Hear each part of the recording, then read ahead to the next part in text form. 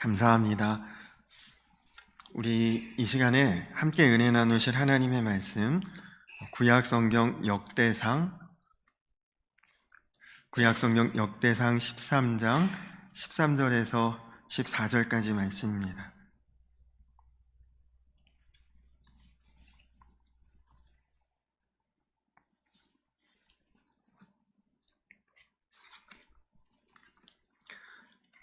구약성경 역대상 13장 13절에서 14절까지 말씀, 구약성경 631면 부근에 찾아보시면 말씀을 찾으실 수 있습니다.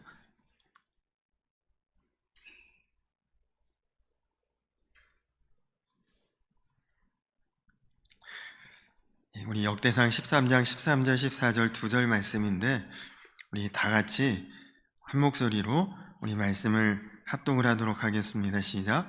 다윗이 궤를 옮겨 자기가 있는 다윗성으로 메어들이지 못하고 그 대신 가드 사람 오베데돔의 집으로 메어가니라.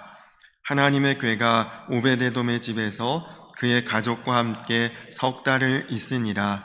여호와께서 오베데돔의 집과 그의 모든 소유에 복을 내리셨더라. 아멘. 할렐루야. 오늘도 우리의 예배로 영광 받으실 하나님을 찬양하며 또 간절함으로 사모하는 모든 성도님들의 심령을 하나님의 은혜로 또 하나님의 섭리로 충만하게 채워주시기를 소망합니다. 지난 겨울철 기간 동안 아래층에 교육관에서 수요예배를 모이다가 오랜만에 본당에서 이제 다시 수요예배를 모이게 돼서 너무 기쁘고 또 감사하고 또 좋습니다. 사람은 누구나 다 복받기를 원합니다. 오늘 읽은 본문은 다윗이 왕이 된 이후에 사울왕 때 블레셋에게 빼앗긴 법궤를 아주 오랜 기간 동안 여러 해 동안 국경 근처에 기럇 여아림이라고 하는 그 지역에 방치되어 있었던 하나님의 법궤를 하나님의 법궤인데 여러 하나님의 법궤니까 하나님의 처소인 하나님의 성전으로 법궤를 옮기는 것이 당연한 이치겠죠. 물론 다윗 시대에는 아직 성전은 없었지만 다윗은 항상 자기가 거하는 곳이 예배의 자리요 하나님의 임재의 처소라고 믿었기에 자기가 거하는 예루살렘으로 법궤를 옮겨오던 도중에 일어난 사건을 기록하고 있습니다. 다윗이 항상 그 마음에 하나님을 추구하는 사람이었고 하나님을 의지하고 형식적으로는 자기가 왕이라 할지라도 실제로는 이 나라의 하나님의 통치로 나라를 다스리기 원하는 사람이 바로 이 다윗이었습니다. 다윗도 하나님을 사랑하고 하나님을 바라보고 하나님만을 의지했던 사람이지만 하나님 또 역시 다윗을 주목하고 인정하고 다윗을 귀하게 여기셨죠. 하나님이 왜 다윗을 주목하셨을까요? 여러분도 누군가에게 내가 주목받는다, 누가 나를 막 스토킹하고 어렵게 하고 나를 위협하기 위해서 주목하는 것이 아니라 날 정말 아끼고 나를 사랑하고 나를 귀하게 여기는 그런 마음으로 나를 주목해주는 누군가가 있다면 얼마나 귀합니까? 하나님이 수많은 사람 중에 다윗을 그렇게 특별히 여기고 주목하시면서 귀하게 바라보십니다.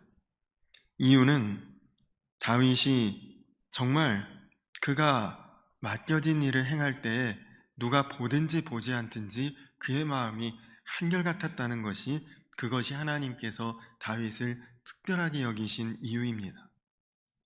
다윗은 사람들이 보는 앞에서보다 사실 사람들이 보지 않는 곳에서 더욱 자신을 온전히 지켜냈던 사람이 다윗입니다.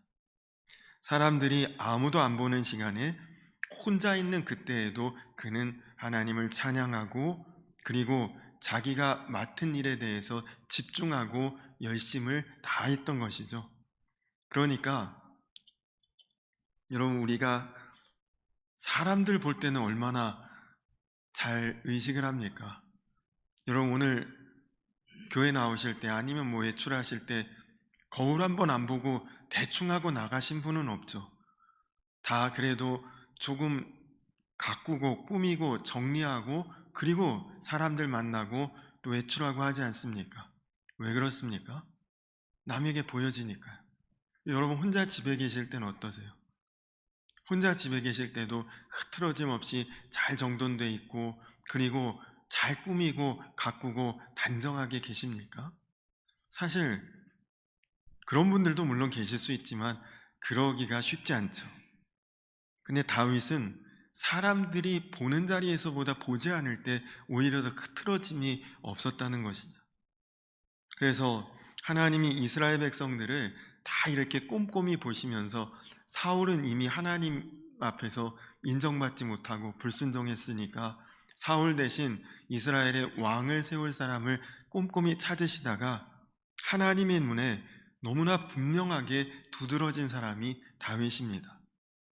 혼자 아무도 없는 들판에서도 어쩌면 그렇게 흐트러짐이 없는지, 그냥 어디서나 그는 한결같은 그런 모습으로 하나님 앞에 온전했던 사람이죠. 하나님이 그래서 다윗을 딱 붙잡으신 것입니다. 다윗을 택하신 것이죠.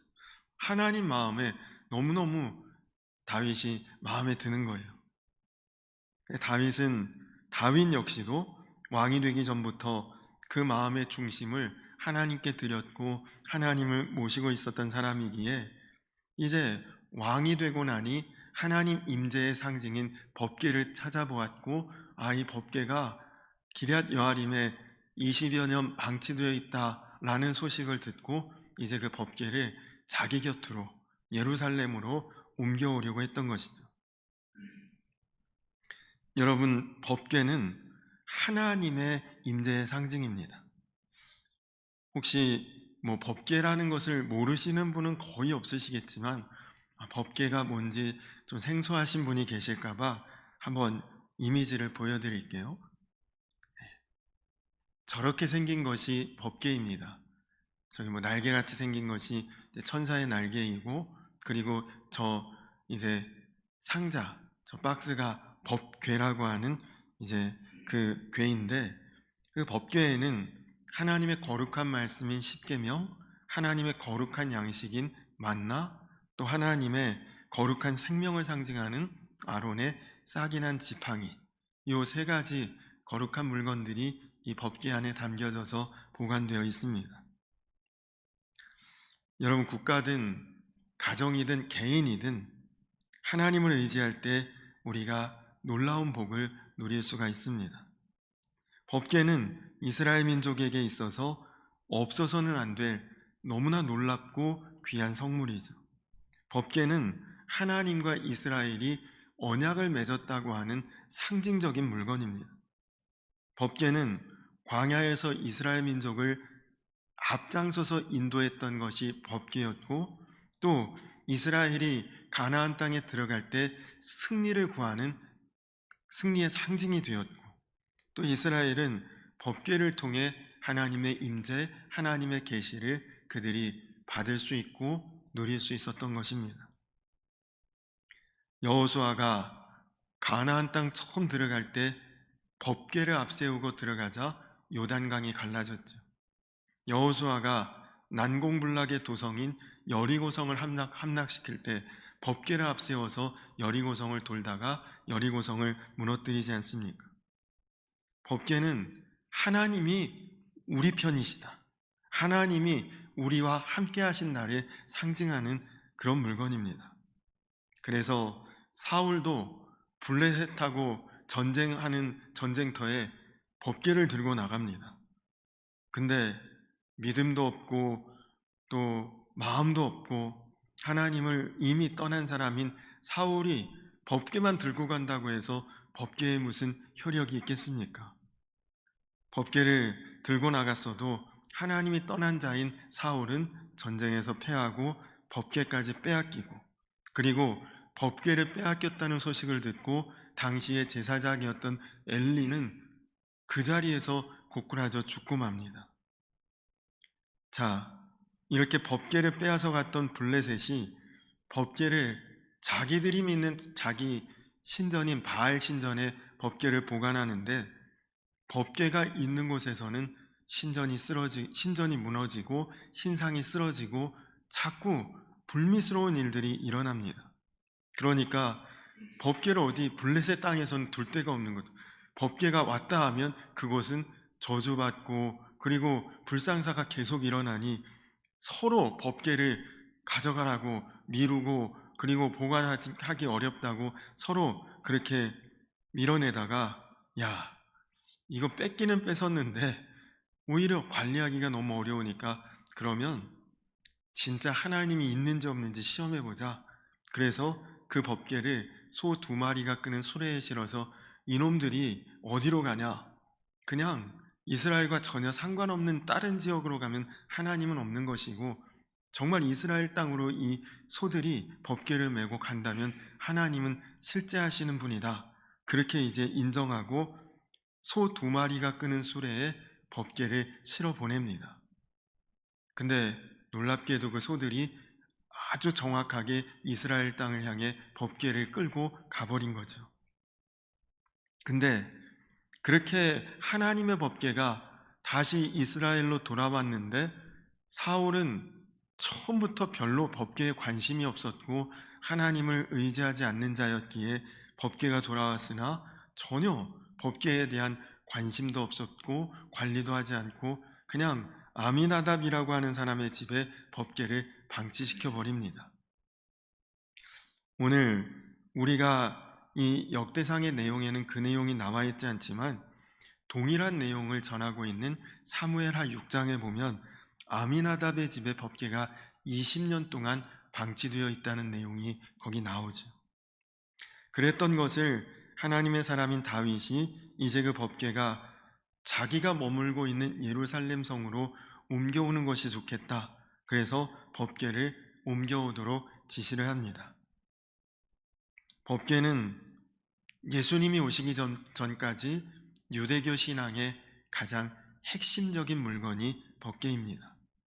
다윗도 법궤를 귀하게 여겼고, 그래서 법궤를 기럇 여아림에서 예루살렘으로 옮겨오는 과정 중에 사건이 발생하는데, 어떤 사건이 벌어졌느냐? 법궤는 원래 법궤를 이동하는 율법의 방법이 있습니다. 레위 지파 중에 고앗 자손이 법궤의 네 귀퉁이에 고리를 장대에 꽂아서 어깨에 메고 이동할 수 있도록 하는 것이 법궤를 이동하는 방법입니다. 한번 이미지를 보여주실까요? 저런 식으로 법궤를 사람이, 그것도 레위 지파 중에 고앗 자손이 직접 들어서 이렇게 옮겨야 되는 것이 법궤인데, 근데 다윗이 그걸 몰랐거든요. 마음은 너무 좋고 마음은 너무 기쁘고 빨리 법궤를 옮겨오고 싶은데, 근데 그 방법을 모르니까 그냥 좋은 수레를 새로 제작해서, 마음은 귀하죠. 그냥 수레가 많은데 헌 것도 있는데 새 수레에 법궤를 실어서 정중하게 모셔오면 되겠구나 생각하고 법궤를 수레에 싣고 옮겨오다가 그만 법궤가 이제 법궤를 옮기던 그 수레를 끌던 소들이 갑자기 타작마당에서 놀라서 펄쩍펄쩍 뛰는데 수레에 실려있던 법궤가 덜컹덜컹 하다가 떨어지려고 했던 거죠. 그때 그 떨어지는 법궤를 뒤에서 법궤를 호위하던 그 호위병인 우사라고 하는 사람이 손을 내밀어서 법궤가 떨어지지 않도록 탁 붙잡습니다. 여러분, 대단하죠. 법궤가 떨어졌다면 그럼 어떻게 되겠습니까? 아주 경사스럽던 그 순간에 완전히 그냥 그 일이 경사가 아니라 불미스러운 일이 되어버리지 않겠습니까? 우사가 감사하게도 그 법궤 떨어지는 것을 손을 대서 탁 막았는데 잘한 일이죠. 근데 법궤에 손을 대자마자 우사가 그 자리에서 즉사라고 맙니다. 하나님이 진노하셨다. 11절에 오늘 본문 앞에 있는 11절에 보니 여호와께서 웃사를 찢으심으로 하나님이 웃사를 징벌하셨다는 뜻이죠. 진노하셨다는 뜻입니다. 아니, 법궤 떨어지려고 하는데 손대서 법궤를 떨어지지 않게 하는 것도 그것도 잘못이냐? 네, 잘못이죠. 왜냐? 하나님의 방법, 하나님의 계획, 하나님의 원칙대로 안 했으면 그것은 잘못된 것입니다. 아예 처음에 법궤를 수레에 싣고 이동하는 것부터도 잘못되었고, 그런 사건이 일어날 때에 감히 거룩한 성물인 법궤에 함부로 손을 댄 것도 그것도 잘못인 것입니다. 자, 거룩한 법궤를 좋은 마음으로 옮겨오다가 갑자기 뜻하지 않게 법궤에 손을 대서 사람이 죽어나가고 갑자기 분위기가 찬물을 끼얹은 것처럼 이렇게 험악하게 바뀝니다. 축제의 순간이 저주의 자리로 바뀐 것이죠. 다윗이 그 보고를 딱 듣고 뭔가 하나님이 기뻐하시지 않는 뭔가 잘못된 일이 있구나, 그제서야 깨닫고 법궤를 예루살렘으로 오던 그 행차를 거기서 딱 멈추고 거기서 가까이에 있는 오벳 에돔이라고 하는 사람의 집으로 법궤를 보냅니다. 그렇다고 길가에다가 아무데나 한때 법궤를 내버려둘 수도 없고 오벳 에돔의 집에 법궤를 잠깐 보관할 수 있도록 그렇게 이제 오벳 에돔의 집으로 법궤를 보내는 것이 오늘 말씀의 그 내용이 우리가 보고 있는 장면입니다. 여러분 같으면 지금 오벳 에돔의 입장이 여러분의 입장이라면 어떨 것 같으세요? 하나님의 법궤가 우리 집으로 오니까 너무너무 좋습니까? 너무너무 감사합니까? 너무너무 감격스럽습니까? 아니면 저 좀 전에 사람 손댔는데 바로 죽어나갔는, 집에서 왔다 갔다 하다가 슬쩍 잘못 건드려서 만약에 스치기라도 하면 죽을 수도 있는데 법궤를 우리 집에 보냈다는 것이 즐겁고 기쁜 일일까요? 어렵고 부담스러운 일일까요? 자, 아마도 법궤 자체는 너무너무 귀한 성물이지만 바로 그 전에 사람 죽어나가는 법궤에 손대서 사람이 즉사하는 것을 봤다면 아마도 이 법궤를 내 집에 드린다는 것이 분명히 부담스러울 수 있습니다. 웃사가 하나님의 뜻, 하나님의 원칙, 하나님의 방법을 몰랐고, 물론 법궤를 처음 옮겨오라고 지시할 때 다윗 왕도 그것을 몰랐고, 하나님의 일에는 하나님의 뜻과 계획과 방법이 중요합니다. 세상의 방법, 인간의 생각이 아니라 하나님께서 정하신 규례대로 행하는 것이 그것이 중요하죠. 창세기에 보면 하나님 앞에 제사 드리는데 가인도 하나님 앞에 제사 드렸고 아벨도 하나님 앞에 제사를 드렸습니다. 근데 두 사람 다 하나님 앞에 제사를 드렸지만 하나님께서 받으신 제사는 아벨의 제사였죠. 가인도 나름대로 정성껏 열심히 하나님 앞에 제사를 드렸는데 하나님이 그의 제사는 거부하셨습니다. 왜 그랬을까요? 하나님이 정하신 대로, 하나님이 받으실 만한 하나님의 뜻을 그대로 지키고 행하지 않았기 때문에 하나님 마음에 합한 대로 하지 않는 것은 하나님이 안 받으신다는 것입니다. 여러분, 그러니 우리가 사실 예배를 드리는 것도 사실 하나님이 정하신 하나님의 뜻과 계획과 방법대로 행하는 것이 하나님이 받으시는 예배가 되는 것이죠. 내 기분 내킬 때, 내 마음대로, 내 주장대로, 내 고집대로 하는 것, 하나님이 그것을 안 받으실 수도 있다는 것을 우리는 알아야 합니다. 지금 법궤를 옮길 때도 법궤 옮기는데 마음이 얼마나 좋습니까? 수레도 새 것으로 장만하고 사람들이 풍악을 울리고 기쁜 마음으로 행하는 그 마음은 좋은데 하나님의 뜻과 방법이 아니었다니까요. 그래서 우사가 죽었고, 그리고 갑작스럽게 이 오베데돔은 영문도 모른 채 법궤를 떠안게 된 것입니다. 우사의 죽음도 바로 전에 일어났기에, 야, 자칫하면 이거 하나님 지금 진노하고 계신데 이 법궤를 우리 집에 들여놓으면 우리 집 이거 저주받는 것 아닌가, 그런 두려움도 괴로움도 오베데돔에게 있었을지 모릅니다. 근데 오베데돔은 법궤를 자기 집에 보관할 수 있도록 선뜻 자기의 집을 내어놓습니다.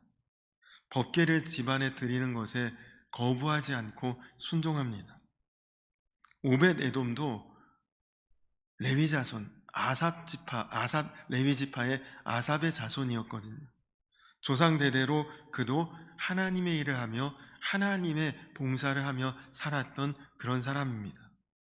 오벳에돔은 하나님의 궤를 모시는 것이 곧 하나님을 모시는 것이다. 하나님을 모시는 가정에 하나님의 임재가 있고 복이 임할 것을 그는 굳게 믿는 사람이었습니다. 그런 결과로 오늘 말씀해 보니까 오베데돔의 집에 지금까지 경험하지 못했던 놀라운 축복이 임하게 되는데, 우리 오늘 말씀 14절을 한 목소리로 같이 읽겠습니다. 14절 다시 한번 같이 읽어볼까요? 시작. 하나님의 궤가 오베데돔의 집에서 그의 가족과 함께 석 달을 있으니라. 여호와께서 오베데돔의 집과 그의 모든 소유에 복을 내리셨더라. 아멘. 자, 어떤 사람에게는 심판이었고 저주였고 죽음이었던 이 법궤가 어떤 사람에게는 은혜와 축복의 상징으로 확 바뀌고 변화되었습니다. 법궤가 오벳에돔의 집에 머문 기간은 길지 않았습니다. 겨우 석 달 정도였습니다. 근데 이 불과 석 달 법궤가 오벳에돔의 집에 머물러 있는 동안 하나님은 눈에 보이도록 오벳에돔의 집에 복을 내리셨다는 것이죠. 짧은 기간인데 눈에 띌 정도의 그런 놀라운 축복이 오벳에돔의 집에 임하게 된 것입니다.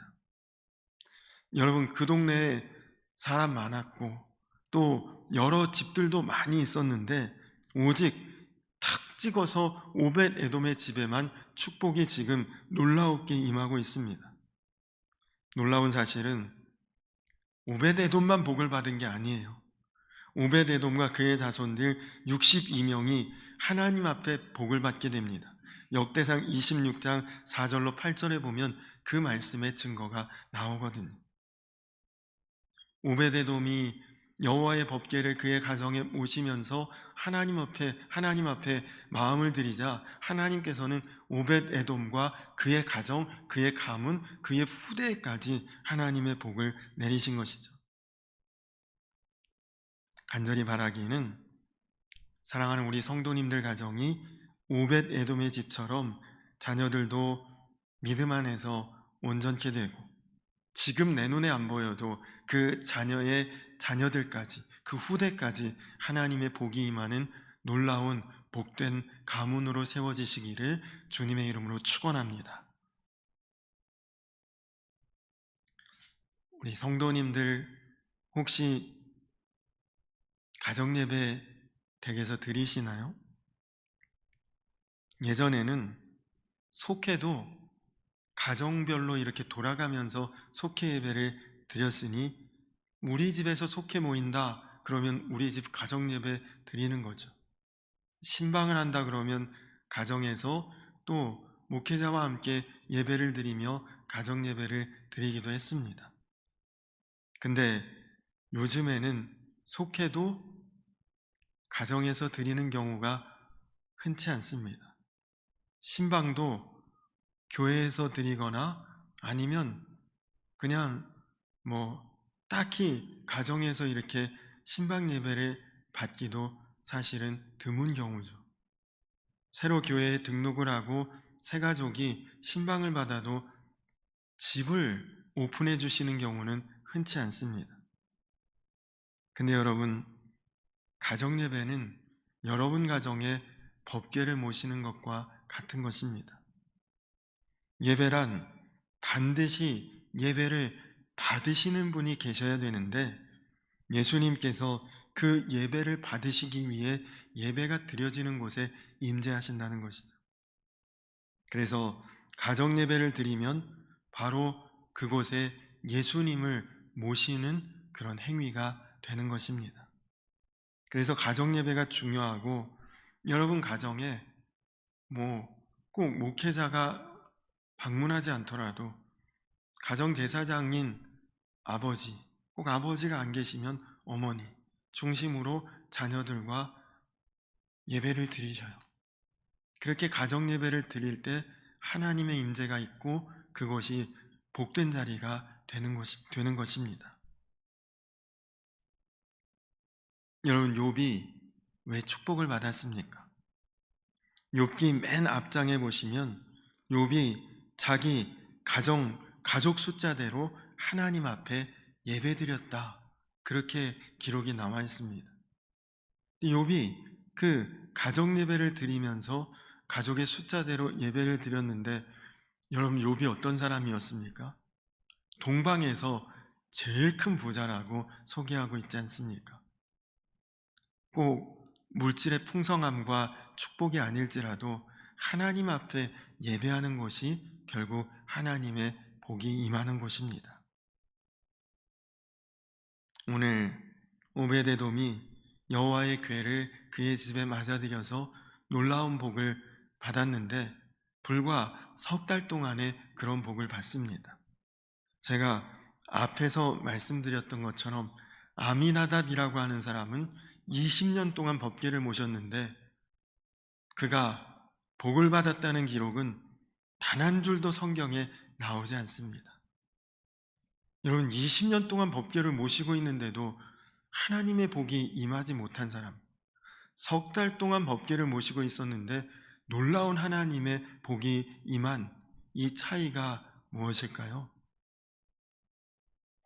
우리가 신앙의 경력, 신앙의 연수 20년 넘었다, 20년 이상이다. 우리가 사실은 그 오랜 기간 동안 신앙을 붙들고 살았던 것 귀한 것이지만 그러나 자칫하면 아미나답처럼 20년 동안 신앙생활하고 있어도 아무런 하나님의 은혜와 축복의 증거가 없는 경우도 있을 수 있습니다. 그러나 나중된 자가 먼저 된다는 성경 말씀처럼 불과 신앙생활을 이제 막 시작한 분이 하나님의 놀라운 은혜와 복을 경험하는 경우도 있습니다. 왜 그렇습니까? 마음의 중심이 다르기 때문입니다. 20년 법궤를 곁에 두어도 그냥 거들떠보지도 않는 그런 모습이면 하나님의 복이 임할 수가 없죠. 석 달의 법궤를 모셔두어도 매일매일 그것을 귀히 여기고 하나님 앞에 예배하면서 하나님 임재의 거룩한 상징이라 믿고 대할 때에는 석 달을 모셔도 그곳에 복이 임하는 것입니다. 똑같은 법궤를 들고 나가도 여호수아가 들고 나갈 때는 강물이 갈라지고 성이 무너지지만 사울이 들고 나갈 때는 오히려 전쟁에서 패하고 법궤도 빼앗기는 그런 아주 수치스러운 일이 벌어질 수도 있습니다.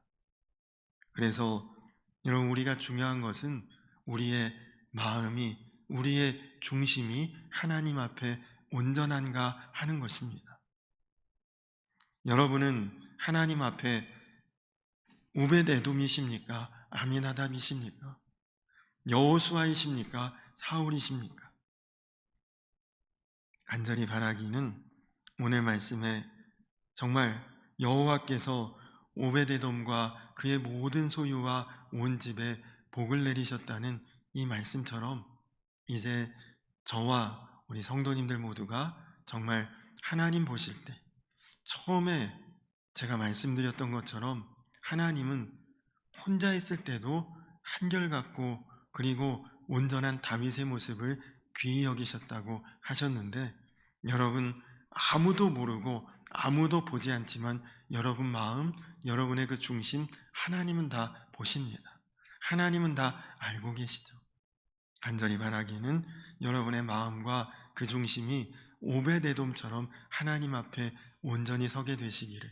그래서 여러분으로 인해 여러분 가정, 여러분 자녀, 여러분 후대, 여러분 주변까지 다 하나님의 복이 임하는 놀랍고 복된 삶으로 나아가시기를 주님의 이름으로 간절히 축원합니다.